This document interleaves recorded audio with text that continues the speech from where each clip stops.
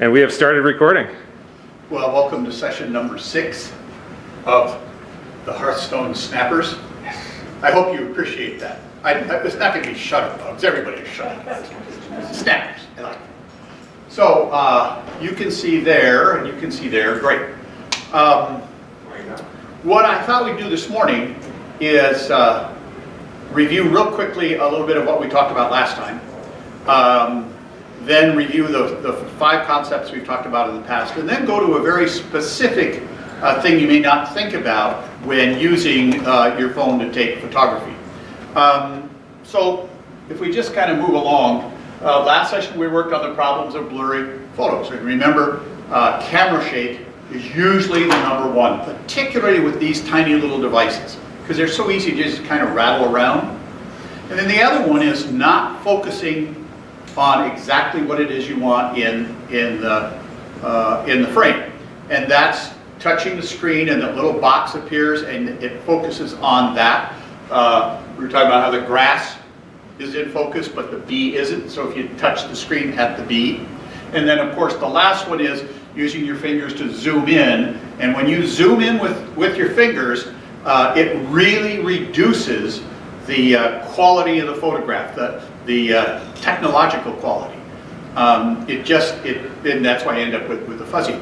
But if you touch the screen, at the bottom of the screen, there is, if you have a phone with 2 or 3 lenses, it will zoom and you don't lose the resolution. This is caused by the loss of resolution. So those are the 3 things that we talked about and we wanted to work on. There's one thing I forgot to mention that is paramount in getting a clear photo. You can say, well, I've done all of that and my photos still aren't very clear. Where do you carry your phone? In your purse, in your pocket, or wherever? Well, you remember that on your phone is this little thing right here. And what we forget to do is clean your lens. We get our thumbs all over it, all of that sort of thing, and then we go, so if you just, they're almost indestructible. You would never use your shirt or blouse or something to do a lens on a camera. But something like this, it's the good old, and just clean it off. And then if you have time, every now and then take just a little tiny bit of dishwashing soap, just a very drop, and some water, and clean it off, because it gets grease on it and all of that sort of thing. And if you've never done that, you might be surprised. Wow, I didn't realize the camera was that good. So pretty simple thing to do. How about using some of those wipes? Alcohol wipes? Yeah. Is that okay? Lens cleaner sort of thing? Yeah, that works. You just don't want to get it all wet. That's the key. So the primary focus that we talked about was bending the blur. And you got to know how to hold it. So how many of you had a chance to be working on holding the phone in a different way? Has it gotten comfortable yet? Holding it has, but not this hasn't gotten Yeah. Holding it has, but not bringing your arms in. Because that's what builds the steady platform. So put your phone down for a minute and fold your hands. Now what I want you to do is take your hands apart and fold them with the other hand on top. Doesn't that feel odd? Yeah. It's because you've been so used to doing it this way, now you're making that one subtle little change. Well, that's what you're going through when you're trying to figure out how to hold this.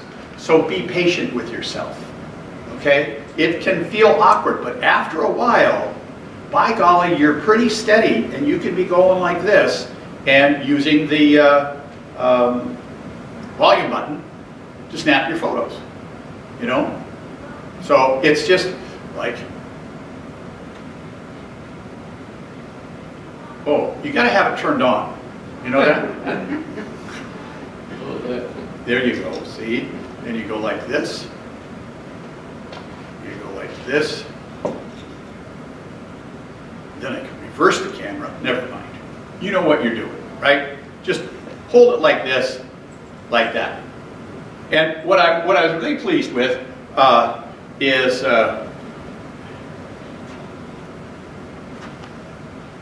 the wrong way. Oh, sorry. That's all right. Oh, well, thank you for doing that. I forgot to turn mine off. Okay. Okay. I don't have the strength in my fingers anymore. To do that? Yeah. To push the button. And some volume buttons on phones are really easy to use, others are not. So yeah, you just have to adapt to whatever it is you can do.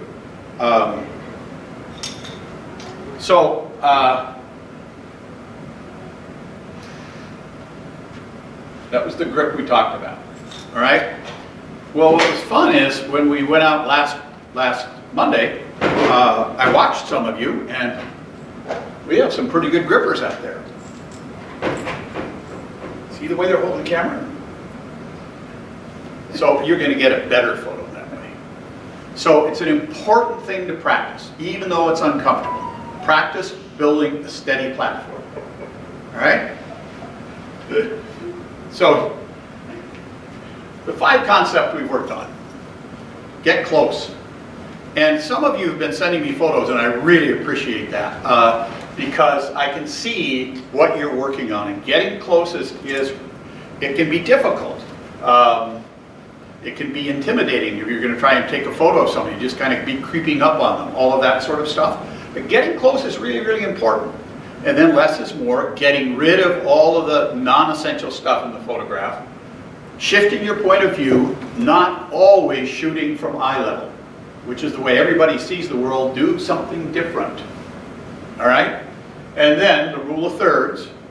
Don't put your item in the middle of the screen. Move it to one side or the other. And then adding diagonal lines if you can to add a little bit of tension. So those are the 5 basic things that we've been working on. A question I have is, what frame will you put these photos in? So what we want to talk about is aspect ratios. That is the ratio between the width of the image you're taking and the height.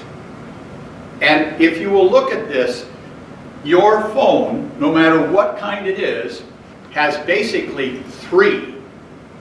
The one on the far left, as you're looking at it, is, of course, the rectangle that we take when we do this. You can then create another one, though, simply by making it vertical. We have a tendency to shoot, depending on how we are, everything horizontal or vertical. And I would challenge you, wait a minute, turn it sometimes. Then, your camera has the capability of taking a square photo. A square photo changes the way the viewer interacts with what's on the screen.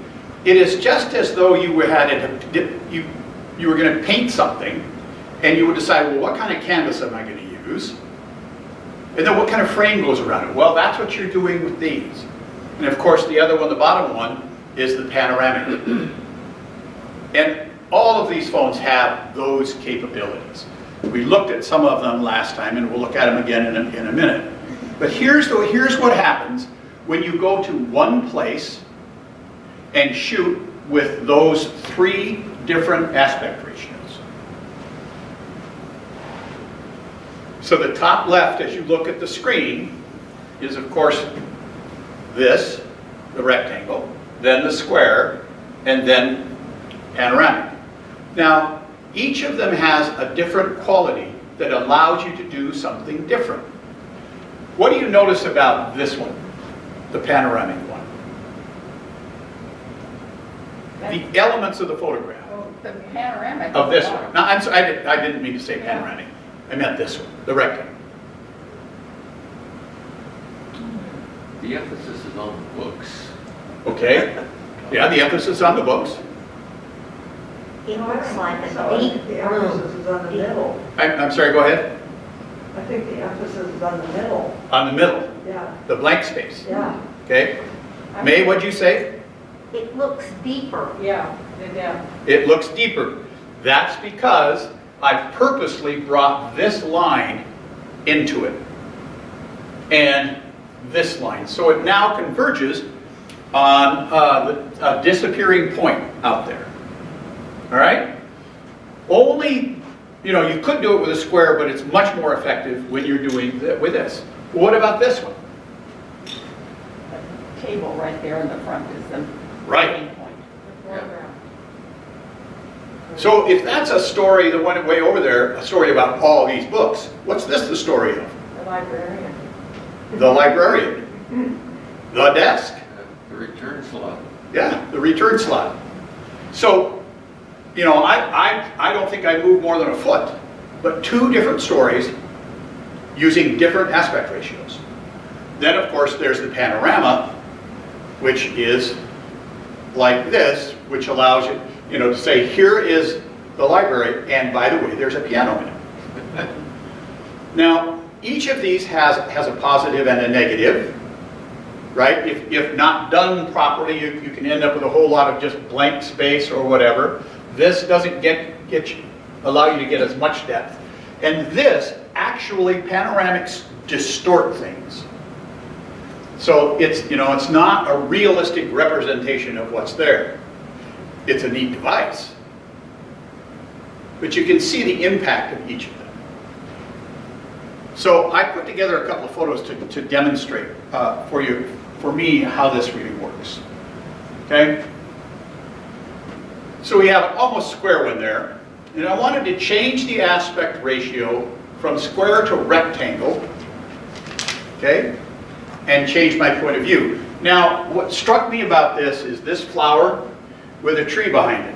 So if I did horizontal, I would not get a whole lot of the tree, and I'd get stuff over here. So I decided that what I would do is make it vertical. And what happened when I did that was, I did a couple of things. I wanted to make sure that that flower was in front of the tree. Because if it were in front of the sky, it would be kind of washed out. So I moved over and put it, but then, that's the sun coming through, it's called a sun flare, coming through the top of the camera. And I looked at it and I went, oh, I don't like that. And I thought, well, wait a minute. Is there a way I can use that? So I moved a little bit more. And now you can see the sun flares just right in front of the flower. Well, I don't like that because it's too distracting, you know? So I moved again. And when I'm talking about moving, I'm talking about moving like this. Not big moves, just moving my camera around a little bit. And I ended up with this one, which I like. The flower, the rays behind it, all of that sort of thing. So out of those 4, that's the one I like the best. So I pulled it out and looked at it. All right? What do you like about that photograph? The color is more intense in that one. The color is more intense. I like the sun ray. You like the sun rays. Yeah. Well, what's wrong with the photograph? Remember what we talked about before. What's wrong with this Too photograph? much stuff in the back. Too much stuff in the back. What's the subject? What's the subject? Is it the flower or the rays? Remember I said about check your edges? Yes, What's happening on the edges? yeah, See the clutter? yeah, Yep. yeah. Okay. You have, in your phone, you can edit. You can crop and add saturation just in your phone. I'll show you in just a second, but here's what I did, and it took me a minute, if that, and ended up with that. I think that's a much more striking photograph. What did I do? Well, I removed this stuff over here, right? I shifted it over. One thing that I don't like about it, still bad, is if I moved my camera, this would have all been in, right? But then again, I might have lost this. I don't know. But I took that down, and then I added just a little bit of saturation to make the flower pop. That's all done with the phone, all edited in the phone, and The principles that we've been following it are, I held the camera firmly so it didn't shake. I focused specifically on the flower. Notice how everything else is out of, of soft focus, right? And then I just made sure that the background was what I wanted. It's a layered photograph. The flower, the rays, the big tree. That's where you're trying to go. Yeah. Frank, tell me a little bit more about the part of the phone that does saturation. Yeah. It's not the crop. No, okay, yeah. So, May was asking what part of the phone does saturation and whatnot. Well, let's look at your phones. So, as I told you, I'm an iPhone person. Yeah. So, bear with me, Android folks. Here are the Android phones. And I did some research, and all of the Android phones do the same sort of thing. Somewhere on your phone, when you call up a photograph, right now, if you have an iPhone, any kind of phone, pull up one of your photographs. Just open your photos, and if you have an iPhone, upper right-hand corner, you'll see Edit. And then somewhere on Android, so Android phones, folks, help me. It's at the bottom. Edit. It's at the bottom. And what's it say? Edit. Edit. Edit. So click on that. Then, what happens is, if you look here for a second, depending on the type of phone you have, you will find all of these little icons. Right? And go to one of them, click on it, and see what it does to your photograph. So mine say enhance, warm, cool. So Don was saying his says enhance, warm, cool. Those are filters. So you can do that and the camera will do it. But there's also got to be one in there where lots of times there will be a little toolbar. You find it? Right. And somewhere will be a list. You can do contrast, you can do saturation, you can do all sorts of different things that you can manipulate the photograph with.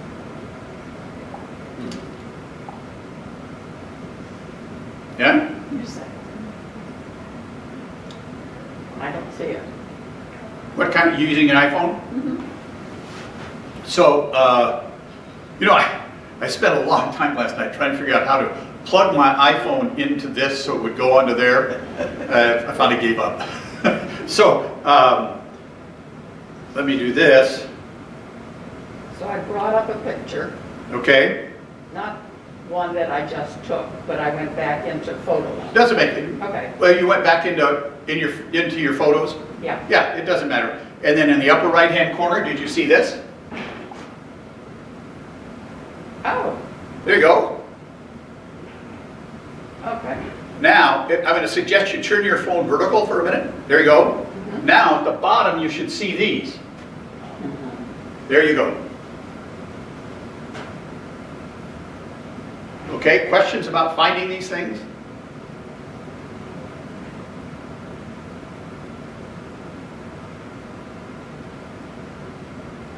I'm not sure I can, and if you don't have the camera I have, I think the Androids, there's such a variety Right, of exactly. different Yeah. things.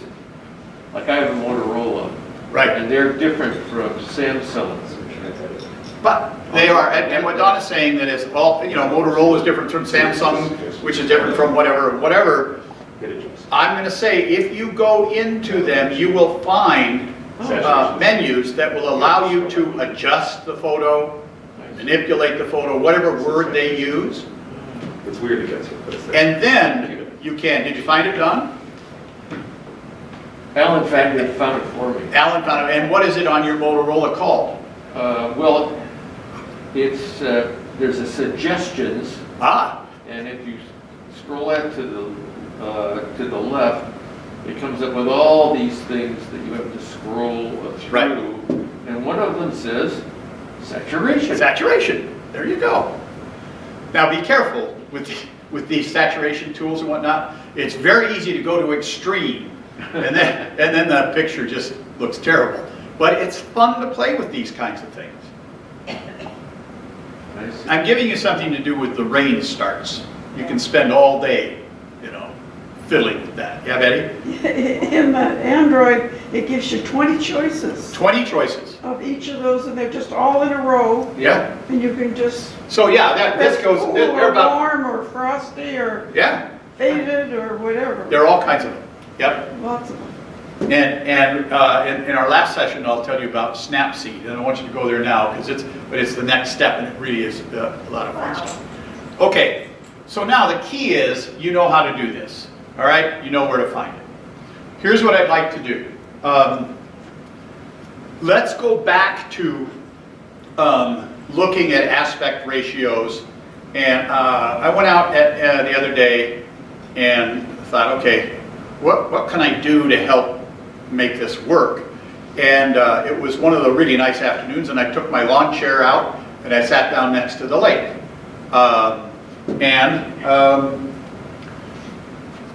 When I sat there, I was reading. I took a cook. I've been thinking about doing this. I had my phone with me, and then I looked out and I saw, oh, that's really kind of neat, because I remember one of the photographs that one of the students did this sort of thing and then zoomed in on the path.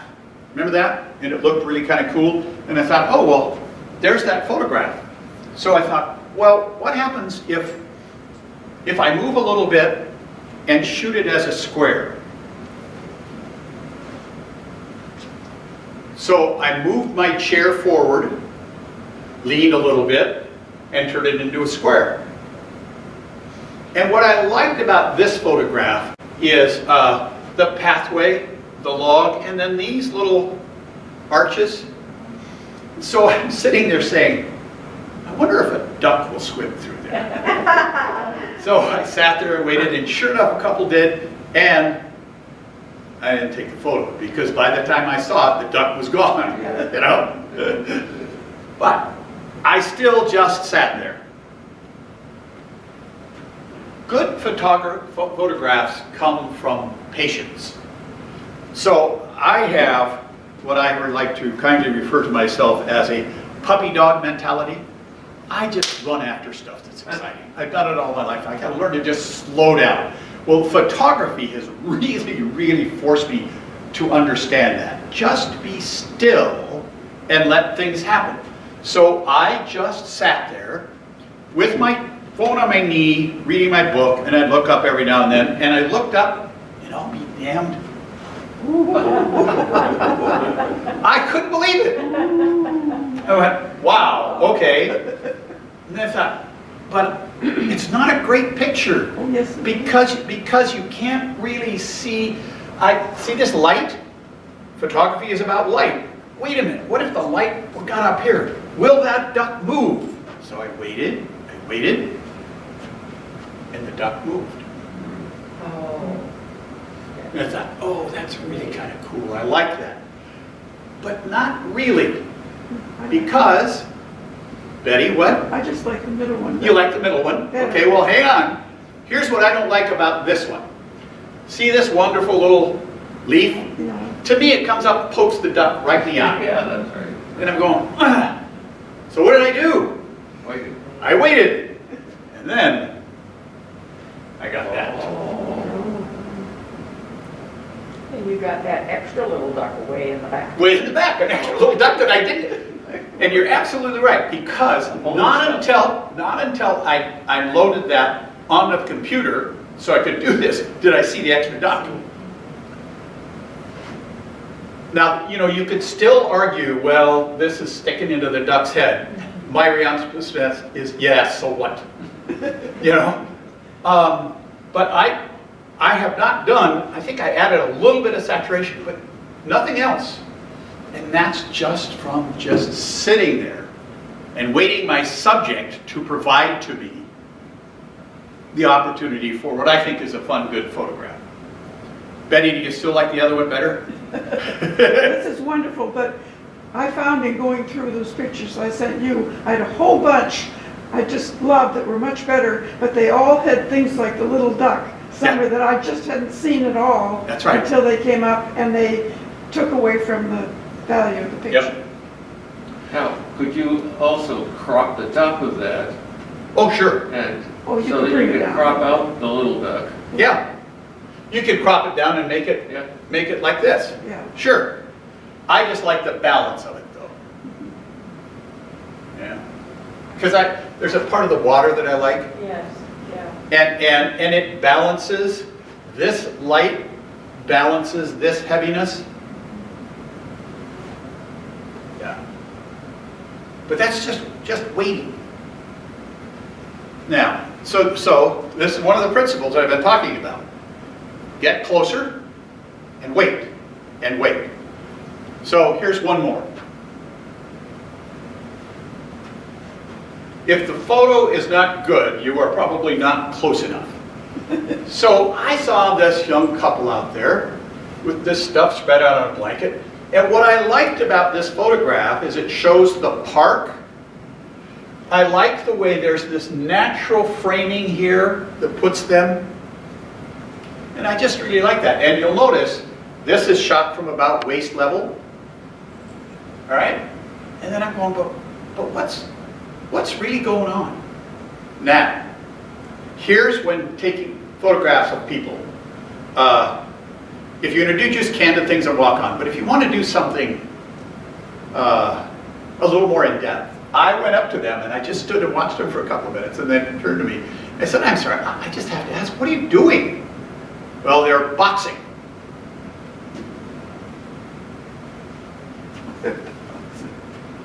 I said, what? Well, they're smiling and stuff.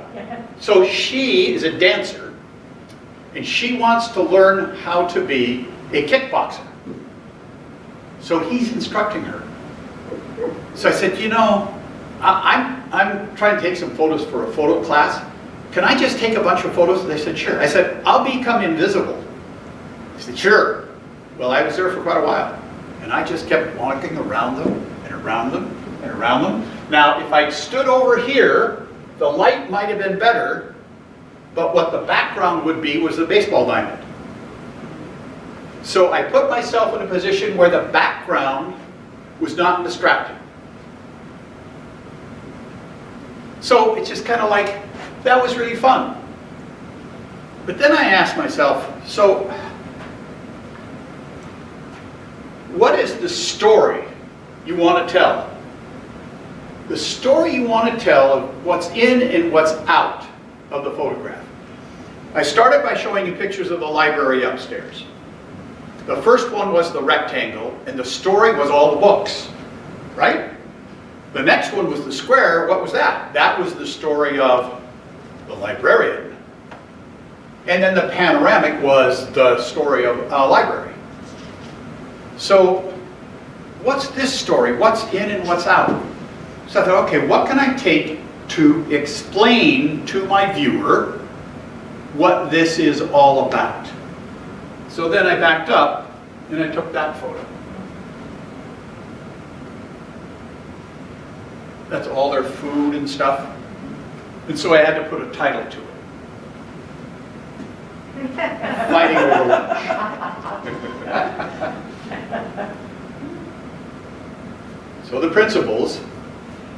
What are the principles in this photograph? First of all, the aspect ratio. It's just, these are all done with the phone. Horizontal, right? Rule of thirds. Rule of thirds.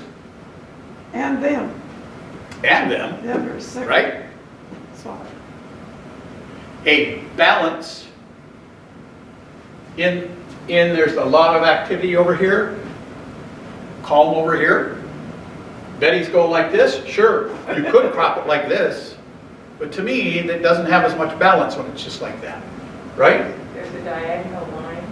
Yes, there is a diagonal line, and I'm immediately going, But in the blanket too. the blanket, right? This, and I'm going, oh yeah, but what about the horizon? Well, here's the horizon line, and it's straight. And it's got action in it. Now, technically the very difficult part of this was, the sun is over here, and so all I could get was this part of her. I couldn't really get him very well. But there was, you know, the only way you could really solve that is if you had a fill flash, you know, but Don't we have a fill flash on? You do. We can use that. you could use the flash on a phone, Cell phone. but you'd be so far away it wouldn't make any difference. Wouldn't it? Yeah, yeah. So, you get the idea. Be patient. What am I putting in the middle of the frame? Right? So, here's today's assignment. Ask yourself, how am I holding my camera? How am I framing the photo? What's the ratio? I want you to take 3 photos of the same thing. I want them, one to be horizontal, one to be vertical, and one to be square. And I'm going to ask you to send them to me. And I will send an email tonight so that you have my email address. Because what I'd like to do is if you send them to me, then next time we get together, we can go through them real quickly and just you can see how you do that. A lot of the photos that I've been getting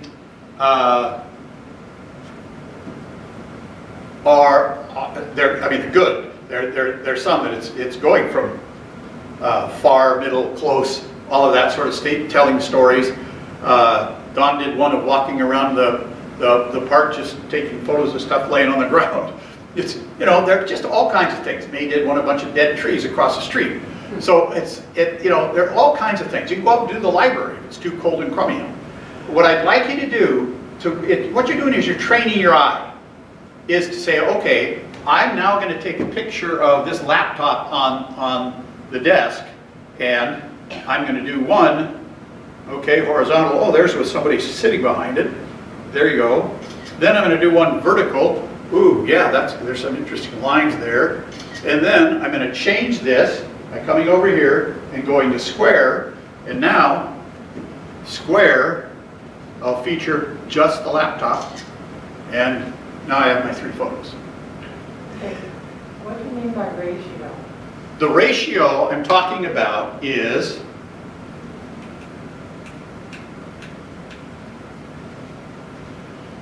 this is the horizontal ratio. Okay, then you turn vertical, Okay. and then square, and the ratio is the difference between this is 4:3. This is 1:1. Your computer screen is 16:9. So I think those are numbers, right? But you get the idea. It is that ratio. So I just want you to, by switching like that, doing just those 3, it helps you change the way you think about what it is you're photographing. Because what you want to do, if you do rule of thirds, it's pretty easy to put something in a third here, here, here, here. It's a little more difficult here, and it can be very difficult here, unless you're really close.